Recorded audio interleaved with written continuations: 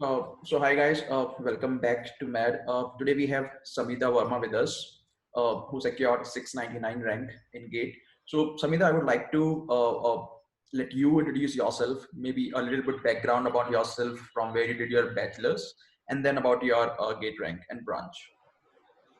Yeah, hi everyone. I'm Samidha and I did my bachelor's from JP Institute of Information Technology, Sector 62 in Noida.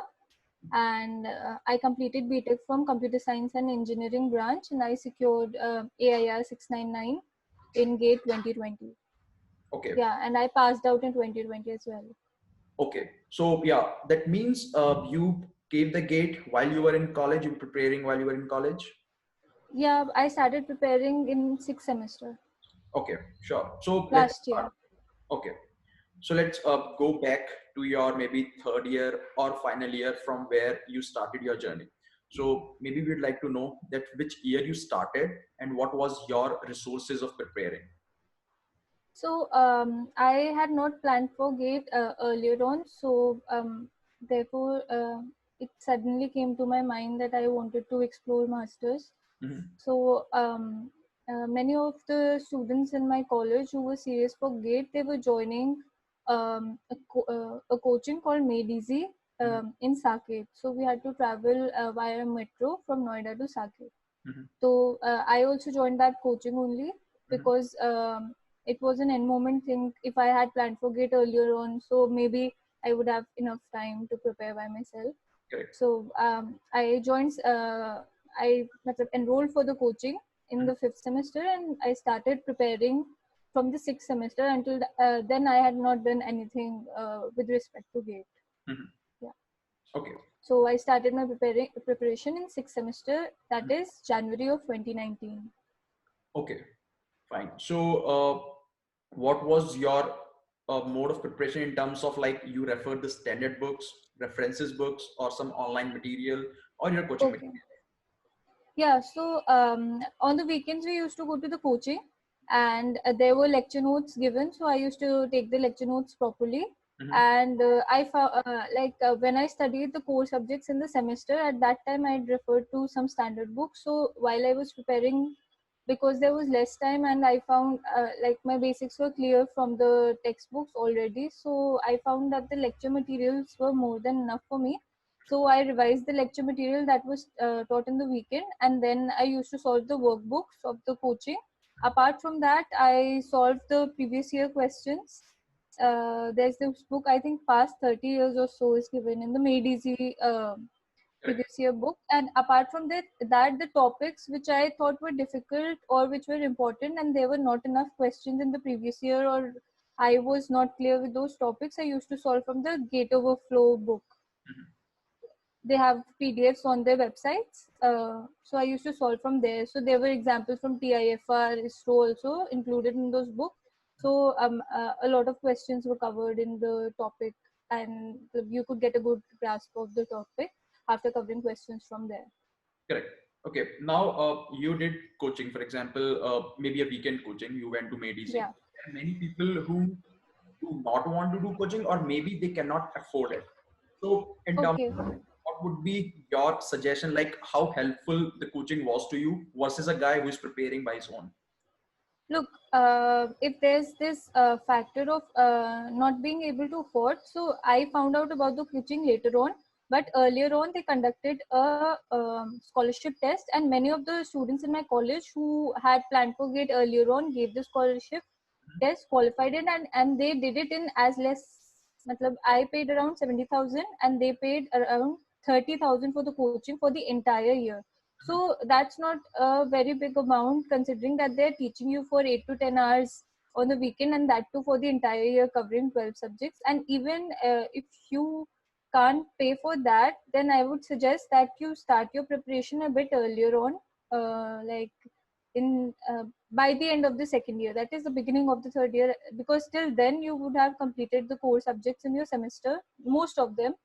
And what I would suggest is, while the subject is going on in the semester, then you study them well enough for your college, and all the topics that are left out or which you think you need to prepare them to a greater extent in greater depth for GATE, then you can prepare them like in the spare time along with those subjects only while you're preparing for your semester exam. So in that way, your preparation will be spread out over the semester and you won't have a lot of load on you at once. So in that manner, you can refer to the standard text also. You can score well in your exams also and simultaneously prepare for GATE.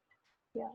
Correct. So as per your suggestion, if someone is not going to coaching, he should start a bit early, like around third year. Start. Yes, because if you're preparing by yourself and if you're reading textbooks, it takes more time because in the coaching, whatever is written in those standard textbooks only, they tell you in an easier manner because they have interpreted all of that. So you when you are reading the textbook, it's not like it's impossible. You can read it. It just takes longer. Correct, correct. And I think now recently again they have changed that third year students can also appear for GATE, right? Yes, they have.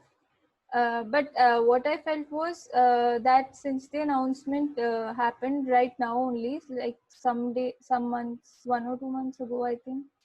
So I don't know how, I didn't understand how third year students can prepare for GATE all of a sudden in 5 months because some subjects like compilers and TOC, I think I had them in my third year only in the sixth semester itself. So I think it's a bit early for third year students, but if they had it in mind that they would prepare for GATE and were preparing since second year, then it is possible to give a good attempt because 50 to 60 marks can be scored, I think. More can also be scored, obviously, exceptions are there, but with the amount that is covered in second and third year, they can score good marks and a Correct. good rank.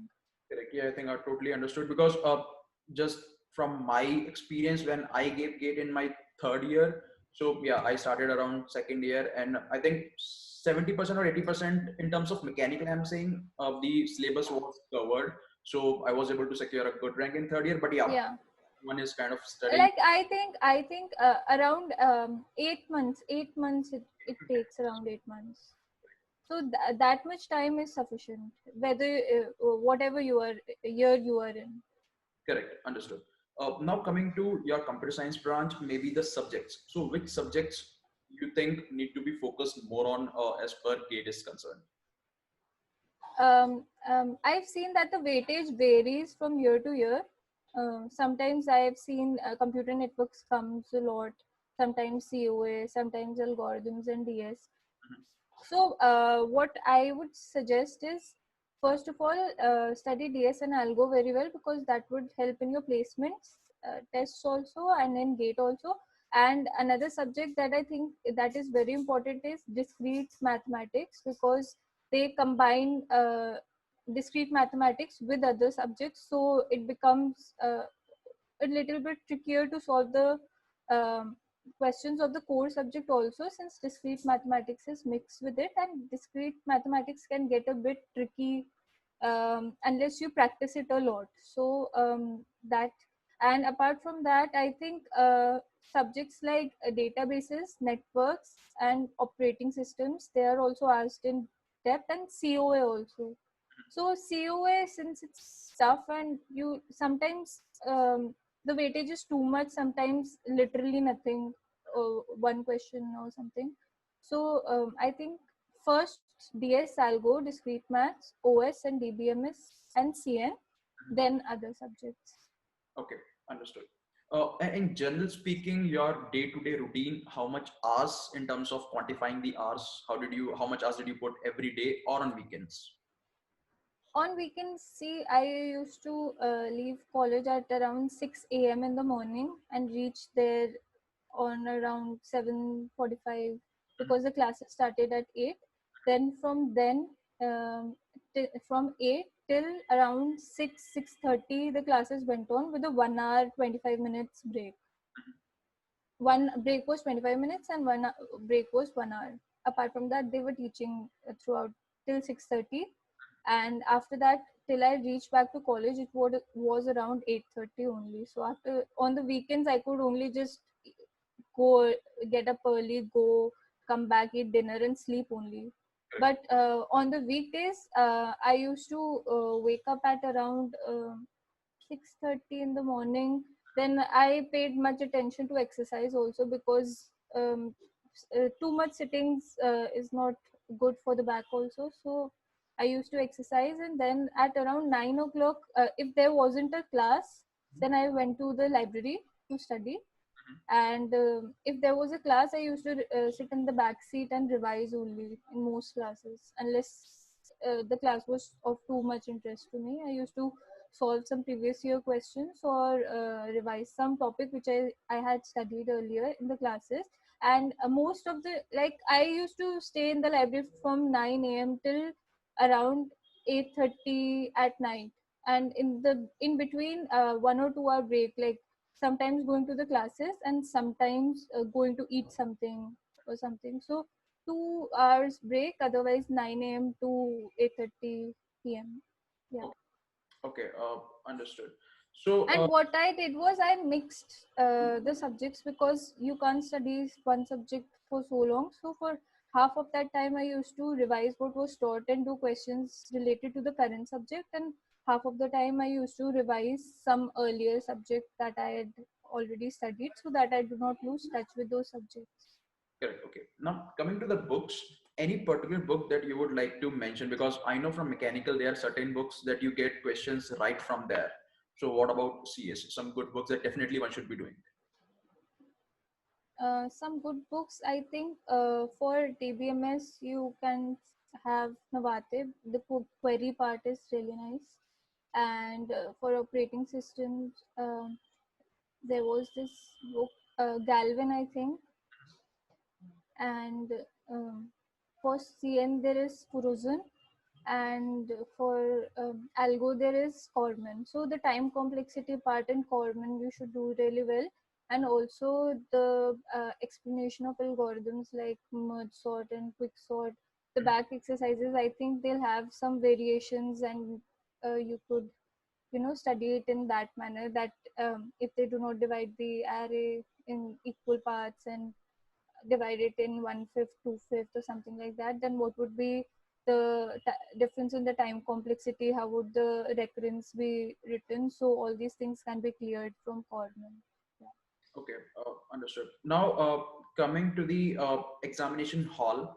So, what was the strategy there? And also, before this, I would like to ask, in Made Easy, you must have given the test series, right?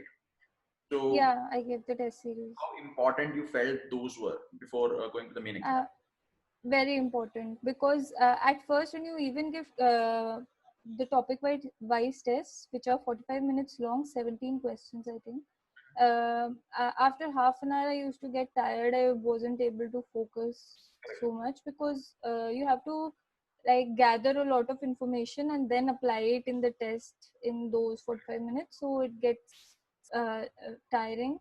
But gradually, I built aptitude for that 45-minute duration. Then I extended it to 1.5 hour test.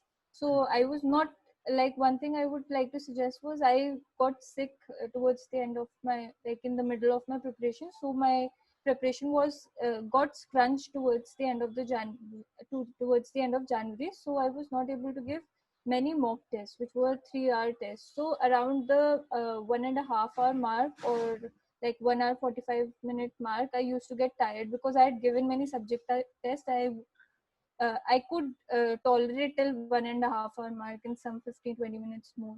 So I got tired even on the gate day, and I have noticed that I made a lot of silly mistakes after that in the duration after 1 hour 45 minutes mark, which cost me a lot. So 5 to 10 mock tests, more than five only. You should give enough mock tests. If, like, I would have given if I had not fallen sick. So that is my suggestion. And also one more suggestion is, as soon as you complete the preparation for a particular subject. For example, you've completed algorithms, you give the topic wise test then only, so that you can know which topics were weak, and you can hand to hand cover those topics in depth. Like, for example, you found out that heaps was a weak topic, then you can cover it from other sources, like that gate overflow book had really good question in heaps, so you could cover from there, and then you can give another topic wise test and subject test to ensure that you have understood your topic well. So in that manner the subject would be thoroughly completed and you will be confident about the subjects, and later on while revising you can quickly revise and give subject test also. So in the end you will only be left with mock tests and full length tests, so you'll have enough practice for the gate day. Yeah. Now, what about the notes making? So, how did you prepare the notes? What was your strategy in making them? So I did not prepare short notes because I'm not good at preparing short notes. I write down almost everything. I find everything important. So that's just a personal thing. But many people did prepare short notes. What I used to do was I used to study the topic, for example, and then I am a very visual person, so I used to study it in terms of some diagram, some flow of the diagram. So then after I've studied the topic, what I used to do was take a paper, blank paper, try to draw what I studied in order to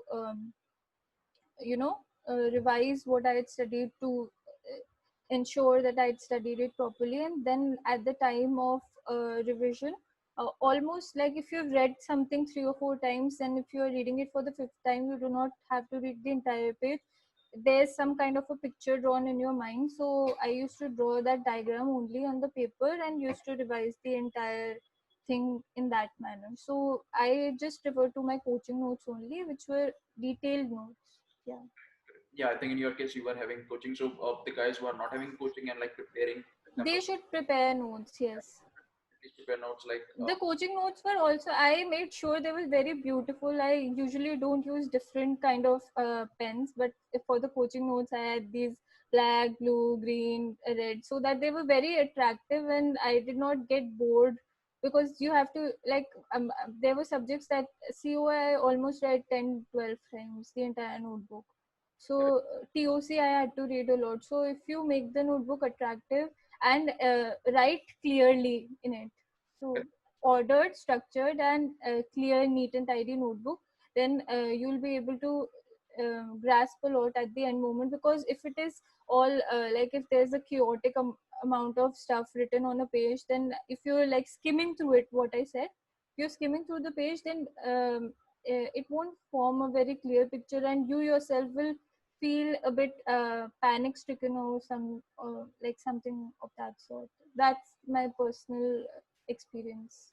correct. Yeah, I think, yeah, exactly. So, whenever preparing notes, I would also like to add from my point. So, when I was preparing third year, because I was not going to coaching, so you should prepare notes in such a way that you are able to revise it and also writing Yeah, the good points so that the yeah, important in points. colors so that you can directly catch that. And one thing that you can do is because the coaching people taught that way also, but while if you're preparing yourself, one thing you can do is like some of the important questions, 2 or 3 questions related to that topic. Supposing you have done paging, 2 or 3 important questions covering all the concepts you have done regarding paging, you can write at the end of that topic also, so that when you revise the topic, then there's a question to test what Correct. you have written, all Correct. the formulas and everything. Yeah. And I think you should also add previous year questions when you're solving and you're finding some important question. You should add that back to your Yeah. so that you can kind of Yeah. Either you add that or you make a star in the. What I used to do was in the previous book, previous year book itself, I used to make a star on the question which was really important and I was not able to solve, or there was some trick being used, and I used to write the trick in pencil near that question. So when I solved it again or reviewed the questions again, then if I looked at the question and I was not able to get to the logic again, then I would have the trick written over there. Yeah. correct. Now coming to the examination hall, what was the strategy there? Like you started with the like the I think 1 mark questions and then to the 2 marks question, or how did you do that? In the first half an hour, this time the aptitude part was really easy. Correct. But so my approach in the tests was also such that I solved the aptitude section as fast as I could. So I solved in 30 minutes, 35 minutes. But this time it was so easy. I think I was able to do in 25 minutes only. Then after that I started, what I did was till the 1 hour mark I used to solve the 1 mark questions of the technical part, and then when the 1 hour mark hit, I used to solve backwards, like the 2 mark questions first, and in the middle I used to do like whatever questions I thought that I'm getting easily, I used to cover all those first, and then I used at the end I used to I used to mark them for review, the questions which I think I can do. So I used to mark them for review, and then at the end I completed those that way. Okay, and generally while you are doing your Because sometimes it happens that जैसे order में we have started doing it in order 1, 2, 3, and so the first few questions, if they are difficult, and then you start getting demoralized. So I kind of shuffled the paper for myself so that that thing does not happen. That if I was not able to do two questions in a row, I started from some random part, so okay, that that doesn't happen, and it really helped me a lot because I get demoralized if I solve an order and I'm not able to do 3 4 questions at a time. So I had heard so that they form the paper in such a manner that the first few questions can be difficult, so I went to a random section of the paper. okay, So that way you get confidence, and when you get confidence and you come back to the section, many a times you'll solve those questions also which you left earlier on. Yeah. okay. And generally, if you're stuck at a question, so how much time did you spend before skipping that or moving ahead to the next question? Look, if I read the question, and if I, first of all, if I'm not able to get the meaning of the question also, which I should, considering I've solved many questions for the exam, then there's no point in wasting time at that moment. And if you have a little hint that yeah, I have to spend some 5 minutes on this question, and I can do it later on. If you have a hunch that you should do it later on because it will waste a lot of time, then you just read the question, skim through the question, and in that sheet, the white paper, uh, note down something like the values and stuff, and then move on, because you do not have time. Maybe in the time you will solve that question, you would have solved 2 other questions which you know, which in the end you might have missed. So it's better if you look at it. Generally, when you read the question, you know whether you can solve it or not. Correct. So if you cannot get any idea about the question, if you draw a blank, for example, or and if the language is too difficult, one question I found very difficult in my gate also, there was like algo mixed with some discrete mathematics. So I just skipped it. I moved on, Okay. and after that, when in the end when I had time, I came back to it. So in that manner you have even more time to decipher the language. Sometimes the language has to be deciphered, so those questions I left first. I completed all those which just directly came to me, like I read the question and I knew what the logic would Correct. be. And because there is negative marking also involved, so Yeah. you also guessed some of the questions, or if you don't know, or you just simply skipped it. No, I never guessed. Okay, understood. Now, maybe You can make a like if you're getting some answer, and if you are, even if you're not sure about it, you can enter it in the numerical answer type, because there's no there was no negative marking in this year. In my year, I don't know if the following year that same strategy is being opted, because changes have been made, so I am not sure. But if you think you've reached an answer and you're not still not sure, you can mark for review, but still enter the answer you've got in the numerical answer type, because there no negative marking is there. correct, understood. Now, coming to your college, so like which And all, one thing also I'll like to add, supposing you're able to get rid of two two like ABCD, two parts of the MCQs you are able to get rid of, so you can take a 50, you can take a chance. correct? Yeah, I think yeah, definitely. I mean, it depends on person to person that Yeah. he has confidence on that. But yeah, it's a Yeah. calculated risk could be taken, but definitely not in many number Yeah, of. but I don't really, I never did. I never marked an answer unless I was sure. Okay, understood. Now coming to your college, so which college are you going to join now? So I'll be joining IIT Delhi for their MSR program, the research program. Okay, and any particular reason for choosing IIT Delhi or any other college, IIT Kanpur, Bombay? So yeah, at first, the reason obviously I'm getting the domain of my choice, Mhm. which is machine learning with graphs, and I also got the guide of my choice, which was really great. And I when the interview was supposed to happen, before that we had to do a research over the profile of the faculties, what work they were doing. So I saw the recent papers of the faculty, and I was really interested in the work that they were doing. And it like I am interested in databases and machine learning with graphs. So there was also very innovative work where they were applying machine learning, say, in databases and on graphs. So in that manner, all the things that are of interest to me. So in college I really like DS and algo, and sometimes I used to like the projects I did on ML. And they were optimization. My major I did in optimization, bioinformatical algorithm optimization. So all these things together I can do in that research section. And also, like, I had got admission in certain colleges in the MTech program. I also got selected in the first round for Triple IT Hyderabad MTech CSE. But then earlier on I thought that research was something very difficult, but I really talked to a lot of people, and they said that MTech and MS, there's not much difference. Just the research part, that the like in MTech you do not have to publish your research. Then you'll just do research in a greater depth. So I thought when I'm doing a master's degree, it's better to explore more and better to explore in depth. And when there's a person, like there's a specific guide for you and in such a good college, then they can really guide you and they can really hone your skills.